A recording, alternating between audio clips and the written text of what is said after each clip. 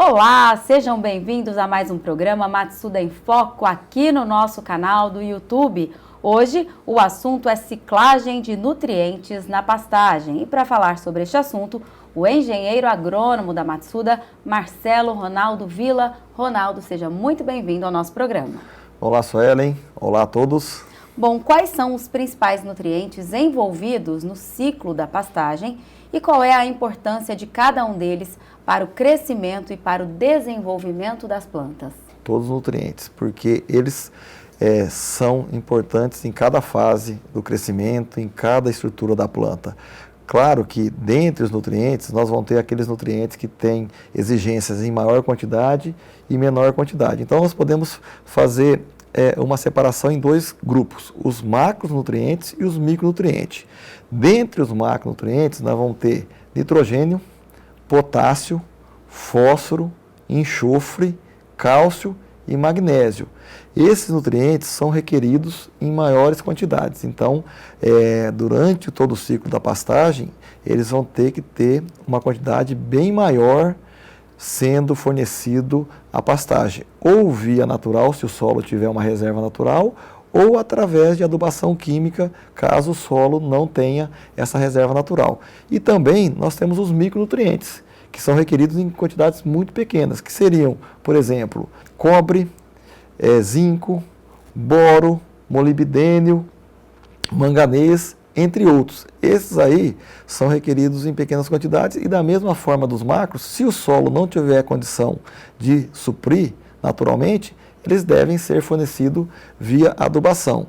E lembrando, é claro, que esses nutrientes, quando forem fornecidos via adubação, deve respeitar o quê? Primeiro, uma recomendação pelo agrônomo, através, é claro, de uma análise de solo, e se quiser complementar, pode também fazer análise foliar, determinar as quantidades necessárias de cada elemento. Vamos falar um pouquinho dos nutrientes que são requeridos em maior quantidade, que seria nitrogênio, fósforo e potássio, no primeiro momento, que esse aí você faz a adubação e que você faz essa adubação anualmente. E também nós temos os outros macros, que seria enxofre, cálcio e magnésio, fornece via uma calagem, uma gessagem para preparar o solo e você fornece ele antes do plantio.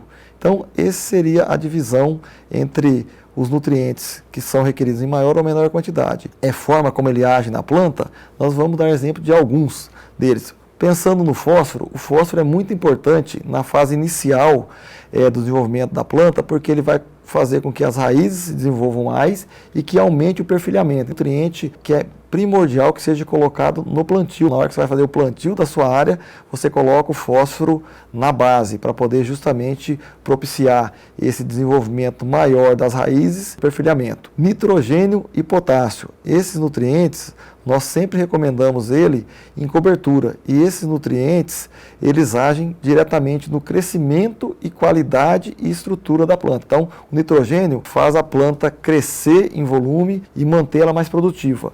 O potássio, ele serve para que você tenha a qualidade dessa forragem melhor. São nutrientes que nós indicamos aí sempre fazer em adubação de cobertura e pelo menos uma vez por ano. Bom, então como é que essa ciclagem de nutrientes ela pode ser otimizada para maximizar a produtividade e a qualidade do pasto? Quando a gente faz essa adubação na implantação e faz essas adubações de manutenção, a planta cresce e ela vai desenvolver, uma parte o animal vai consumir, vai ser levado embora, mas a outra parte, que são raízes, restos de folhas, elas caem no solo, elas se decompõem e vão liberar os nutrientes que toda vez que eu consigo fazer um manejo adequado, deixando um resíduo foliar, que eu tenho mais volume de raiz morrendo, decompondo, restos de folhas se decompondo, essa decomposição vai liberar os nutrientes, esses nutrientes vão entrar no sistema do solo, as raízes vão absorver novamente e elas vão ser translocadas para a planta. Então, ela está ciclando esses nutrientes. O nutriente que já estava nela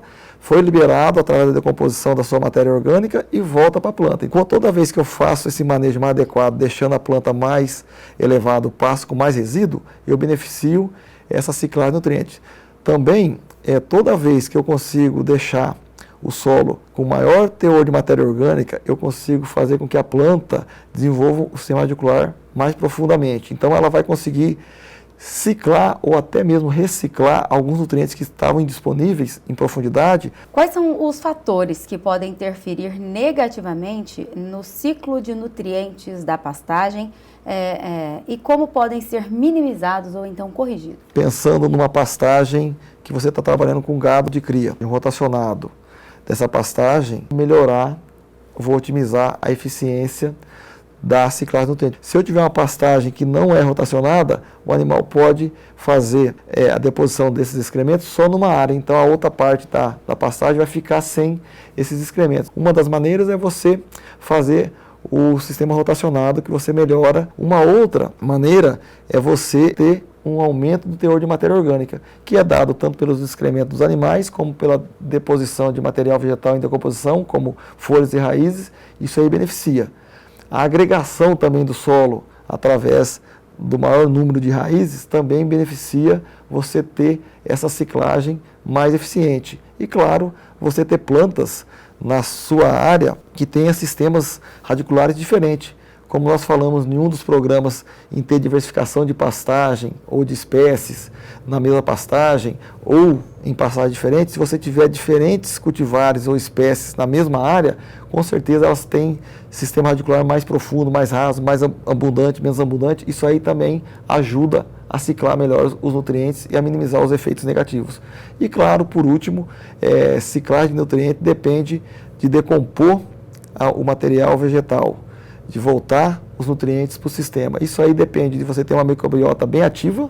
Isso aí então tem micro-organismo bastante ativo no solo, e para que tenha micro-organismo bastante ativo no solo, você tem que ter umidade, chuvas mais frequentes, e quando você não tiver condição de chuva, se tiver como colocar uma irrigação, isso aí também beneficia a você manter o processo de decomposição, e a ciclagem de nutrientes se torna mais eficiente. Tá certo. E a adoção de sistemas de integração, tanto integração lavoura-pecuária como integração lavoura-pecuária-floresta, pode contribuir para o ciclo de nutrientes na pastagem? Quais são os benefícios dessa abordagem? Trabalhar com sistemas integrados, isso aí beneficia, não tenha dúvida, uma renovação de espécies. Se eu trabalho com várias culturas, com milho, com soja, depois eu entro na sucessão com uma braquiária, vamos dar um exemplo, uma braquiária rosiense, depois eu coloco um componente de floresta nessa área, eu melhoro com certeza a parte de incremento de matéria orgânica. Essas plantas, não tenha dúvida nenhuma que tem sistema radicular diferente. Essas culturas, principalmente anuais, o resíduo de raiz que vai ficar no solo e as folhas que caem vão entrar em decomposição e vão com certeza aumentar ainda mais a matéria orgânica e também ter uma decomposição mais efetiva e mais rápida desse material e liberando mais nutrientes. Sem falar que toda vez que eu vou fazer os sistemas integrados, eu entro com input também de nutriente via adubação.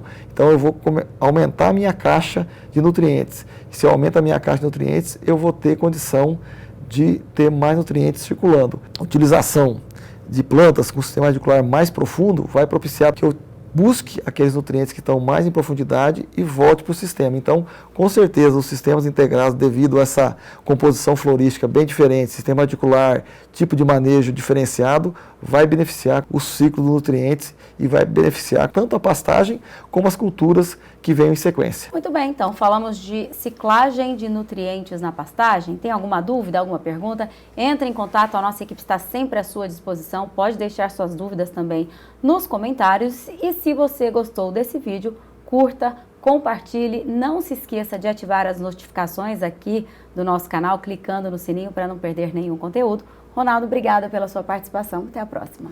Até a próxima, Suelen. Até a próxima a todos. Obrigada pela companhia. Um grande abraço. Tchau, tchau.